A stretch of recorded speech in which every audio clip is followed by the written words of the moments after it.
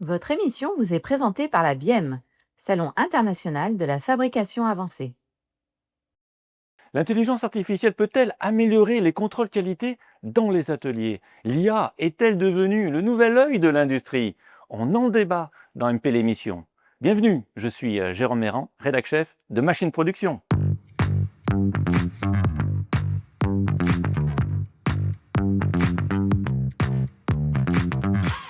Alors je suis ravi d'accueillir sur le plateau de MP l'émission Romain Brault. Vous êtes expert en métrologie numérique au CETIM. Quentin Julien, et vous êtes expert en vision industrielle au CETIM également. Bienvenue à vous sur le plateau de MP l'émission. Merci. Merci. Quentin, quel type d'algorithmes sont utilisés pour la détection et l'inspection? Alors depuis de nombreuses années, il y a des algorithmes conventionnels qu'on peut retrouver, notamment des algorithmes de classification, de seuillage, etc.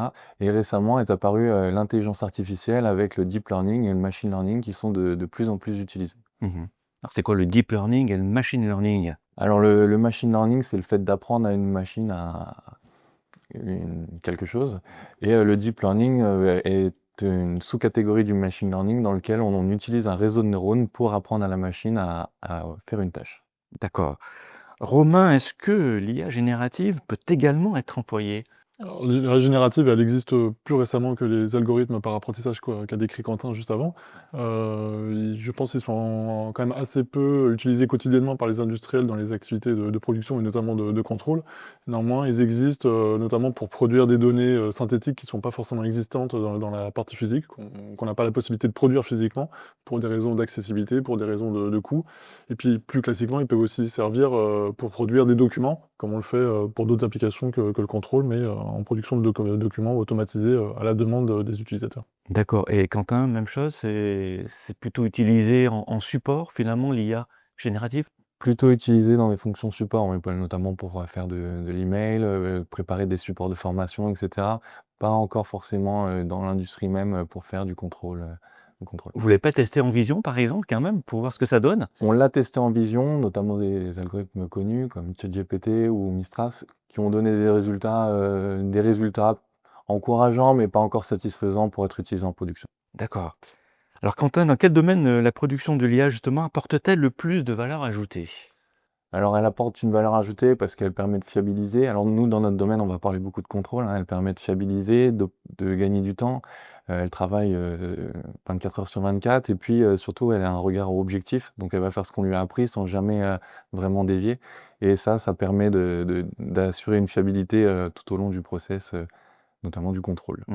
Et le temps de gagner estimé par rapport à l'époque où il n'y avait pas d'IA, il est de combien à peu près? Comment on peut gagner de temps avec l'IA Alors, sur un process? avec l'automatisation, on gagne déjà beaucoup de temps et alors, là, on n'a plus les pauses opérateurs et puis c'est surtout, en fait, on peut faire du contrôle en continu sur, la production sans jamais avoir besoin d'arrêt.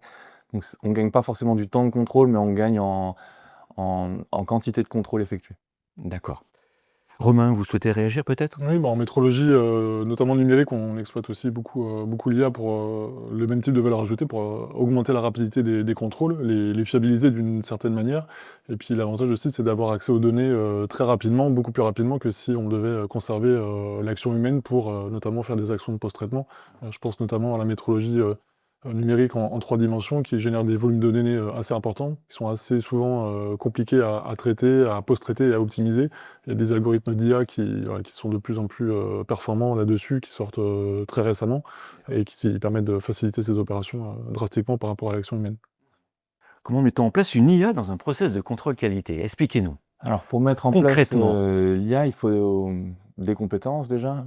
Alors en premier lieu, on ne peut pas faire d'intelligence artificielle sans avoir une bonne base de données. Donc on va avoir besoin de capter cette donnée, donc avoir des personnes capables de la capter. Ensuite, il va falloir avoir des personnes capables de les comprendre, donc souvent les personnes qui sont expertes métiers, voire les personnes qui fabriquent les pièces en elles-mêmes, qui vont savoir nous dire quels sont les types de défauts, etc. Donc c'est très important pour faire le transfert des connaissances de l'humain vers la machine. Et ensuite, on va avoir besoin de compétences en informatique, notamment en data science ou en intelligence artificielle, hein, pour pouvoir choisir le bon algorithme, l'entraîner et puis après, éventuellement le déployer. Mais alors, du coup, c'est quoi? C'est un logiciel, c'est ça, qui pilote le process, qui analyse le process contrôle qualité? Ça passe par un logiciel?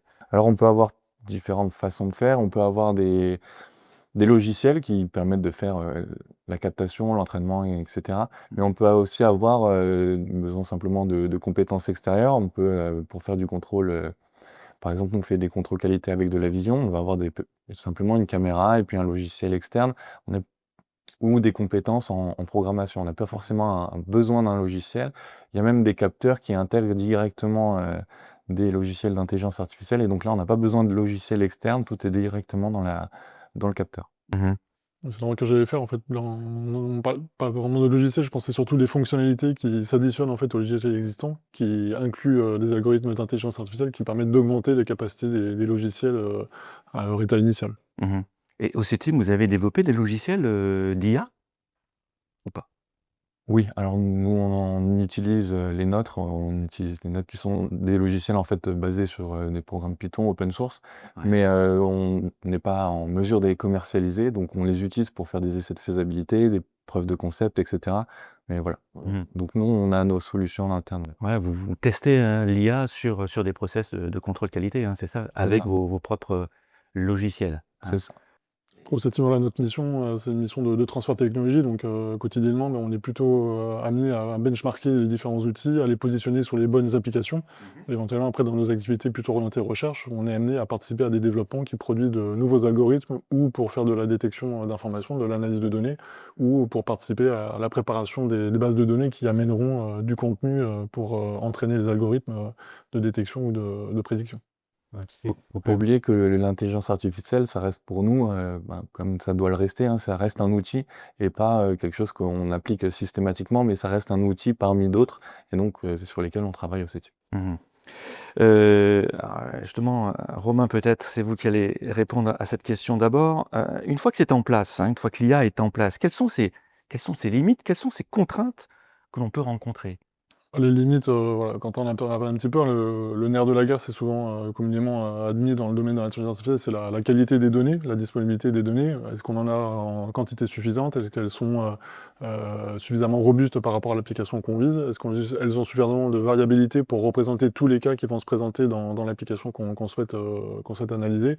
Donc la contrainte, ça peut être d'avoir à mettre en place une IA avec une base de données qui soit un petit peu limitée sur ces aspects-là, et du coup de limiter un petit peu son efficience. Donc la préconisation, c'est de bien qualifier ces données-là, et peut-être de mettre en place un déploiement un peu progressif dans l'utilisation industrielle pour la sécuriser vis-à-vis des objectifs qui sont visés. Puis après, une autre contrainte aussi, c'est la contrainte informatique, hein. Aujourd'hui, il y a beaucoup de contrôles qui se font encore avec de la restitution papier, de moins en moins, hein. Le numérique prend de plus en plus de place. Mais l'apport de l'IA ou des technologies numériques au sens large impose aussi une remise en question des infrastructures d'un point de vue informatique, réseau, pour être suffisamment dimensionné par rapport à ces nouvelles méthodologies de travail. Dans le domaine de la vision industrielle, quelles sont les contraintes et les limites de l'IA dans votre domaine à vous? L'IA va être limitée dans le sens où on va être limité sur les données. Si on a les données, on est capable de déceler quelque chose à l'œil, par exemple, l'intelligence artificielle va être capable de les déceler aussi. Donc faut bien comprendre qu'en fait, elle va copier ou imiter un peu ce que fait l'humain ou l'opérateur lors de son contrôle. C'est-à-dire que si l'opérateur n'est pas capable de prendre une bonne décision ou de bien apprendre à l'algorithme va se retrouver limité, va faire potentiellement les mêmes erreurs que l'opérateur lors de l'apprentissage. Voilà, donc on est vraiment limité sur ce genre de choses. Après, on est quand même avantagé avec l'intelligence artificielle ou des outils numériques parce qu'on est capable d'être plus précis que l'œil humain, notamment avec des caméras, ou on peut utiliser même des microscopes ou bien d'autres capteurs parfois plus puissants qui peuvent permettre de déceler des choses encore plus fines qu'on pourrait le détecter à l'œil. Ouais, c'est ça, ce que j'allais dire, c'est ce que l'IA peut remplacer l'œil humain, voire même être plus performant que l'œil humain. Oui, malheureusement, des fois, c'est pas forcément un avantage parce que du coup, ça va augmenter le nombre, ça va faire de la surqualité. On va avoir des choses qui vont être butées alors que initialement, elles ne l'étaient pas. Exact, ouais.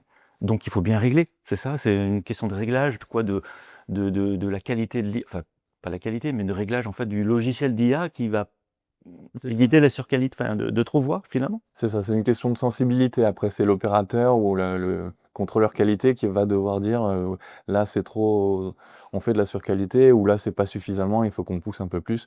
Et voilà, tout va être dans l'apprentissage et après au réglage au réglage de l'intelligence. Et c'est là où la compétence humaine, finalement, elle garde tout son sens. En fait, l'expertise métier qui existe dans les entreprises, c'est elle qui va donner les règles d'analyse de l'IA, donc définir les critères, quels sont les seuils pour la faire fonctionner au bon niveau. Donc évidemment, on ne peut pas dissocier dans la mise en place la partie informatique de la partie connaissance métier qui existe déjà dans les entreprises. Je sais que par exemple dans le dévraquage, c'est beaucoup utilisé ça aussi. Alors, il y a déjà une caméra sur le robot hein, pour détecter les pièces en vrac, mais l'IA apporte vraiment un plus, hein, je crois, dans le dévraquage de pièces robotisées.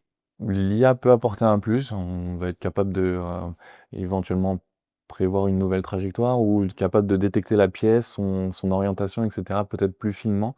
D'accord. Mais voilà, il y a des choses qui existent et qui sont en cours. Alors tout n'est pas encore développé, hein, c'est encore en cours et en phase de recherche pour certains points. Mais oui, l'IA aide à un vrai apport pour le dévraquage. Romain, l'IA par apprentissage, hein, comme nous l'avons décrite en début d'émission, peut-elle halluciner comme une IA générative? Alors c'est vrai qu'en IA générative, on évoque de temps en temps le phénomène d'hallucination par rapport à la réponse qui est donnée par le modèle, par rapport à la requête qui est proposée par l'utilisateur. Dans les IA par apprentissage, je ne ferai pas forcément la même transposition. On ne parle pas forcément d'hallucination, puisque la réponse qui est donnée par les algorithmes d'apprentissage va venir aussi de la mise à disposition des données qu'on va fournir à l'algorithme pour apprendre, pour le valider, et puis pour fournir des nouvelles prédictions. Donc forcément, il n'y a pas d'hallucination, l'algorithme redonne des informations par rapport à ce qui lui a été appris. Et donc s'il n'y a pas d'hallucination ou s'il n'y a pas de grosses aberrations dans les données d'apprentissage, la restitution, elle est aussi cohérente que les données d'apprentissage. Mais par contre, elle peut être biaisée finalement, c'est un peu le revers. Elle peut être aussi biaisée si, justement, on revient sur la question précédente, si la qualité de données est trop restreinte en termes de variabilité à des cas qui sont trop ciblés, les algorithmes auront du mal à donner des réponses pertinentes sur des cas qui sont un petit peu trop loin de la base d'apprentissage. Comment exploiter davantage les données de l'IA, mais au-delà du contrôle qualité? Est-ce qu'on peut étendre cette IA à tout l'atelier? Il y a déjà beaucoup de choses qui sont développées. Alors c'est vrai que moi je dis toujours, on ne fait jamais vraiment de la métrologie juste pour faire de la métrologie.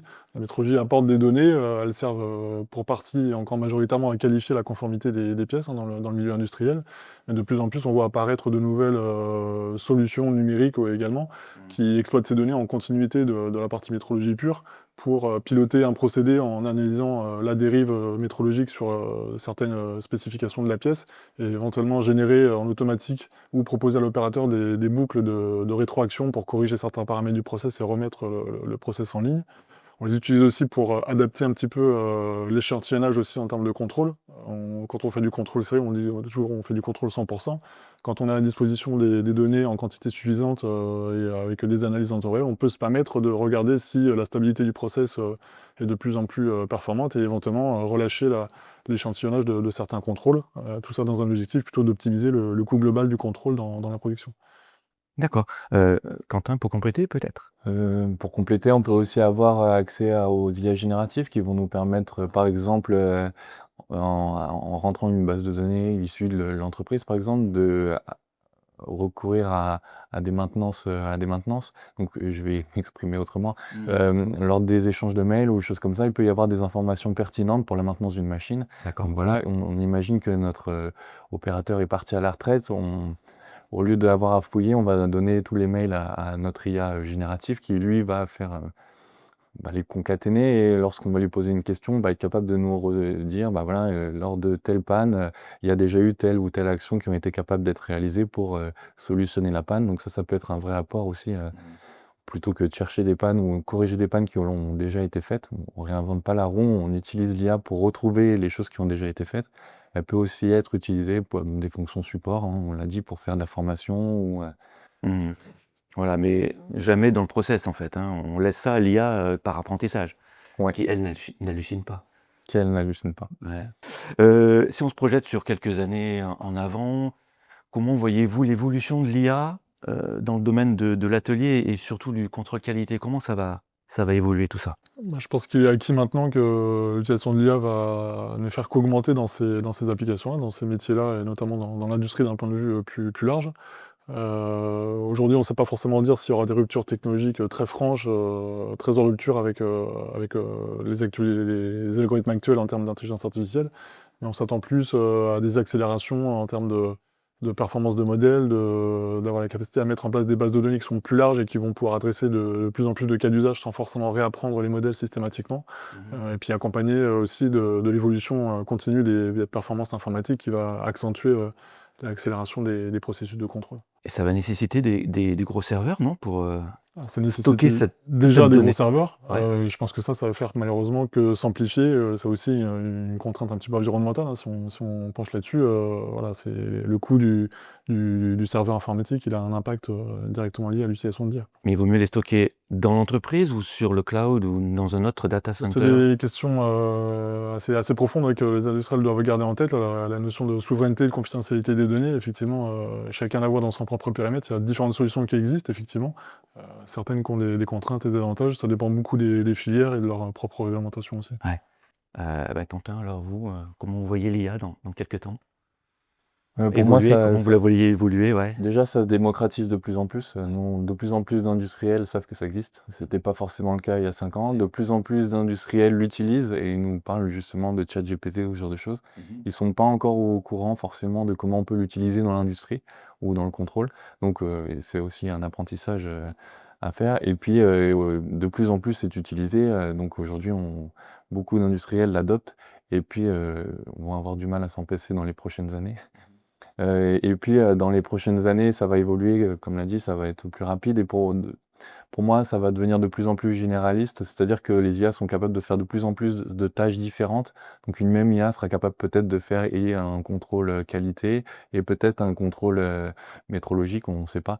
Mais voilà, peut-être qu'on n'aura plus besoin d'IA spécialisée pour chacune, des tâches, mais peut-être qu'on aura quelque chose d'un peu plus global qui sera au sein de l'entreprise. Et pour l'usinage aussi, on pourrait aussi imaginer que cette IA-là peut être transférée ou connectée à la machine-outil. Voilà, c'est ça. C'est ça? En ce moment, on parle beaucoup d'agents. Donc, il y a des agents spécialisés pour chacune des tâches. Et donc, ces agents sont de plus en plus capables de communiquer les uns avec les autres, d'interagir pour éventuellement faire industrie, je ne sais pas auquel on sera, 5.0, 6.0, mais voilà, Ouais. un usinage complètement connecté et autonome presque. Écoutez, ça sera le mot de la fin. Romain Braud, je rappelle, vous êtes expert en métrologie numérique au CETIM. Quentin Julien, expert également en vision industrielle au CETIM. Merci à tous les deux de cette discussion, c'était passionnant de vous écouter. Alors MP l'émission, c'est terminé. Merci à toute l'équipe de la rédaction. Merci aux équipes techniques. On se retrouve très prochainement pour un nouveau numéro de MP l'émission et d'ici là, notre industrie aura encore progressé. Continuez à nous suivre sur les réseaux sociaux Machine Production et n'hésitez pas à liker, commenter et partager cette émission qui est également disponible en podcast. À très vite. Votre émission vous a été présentée par la BIEM, Salon international de la fabrication avancée.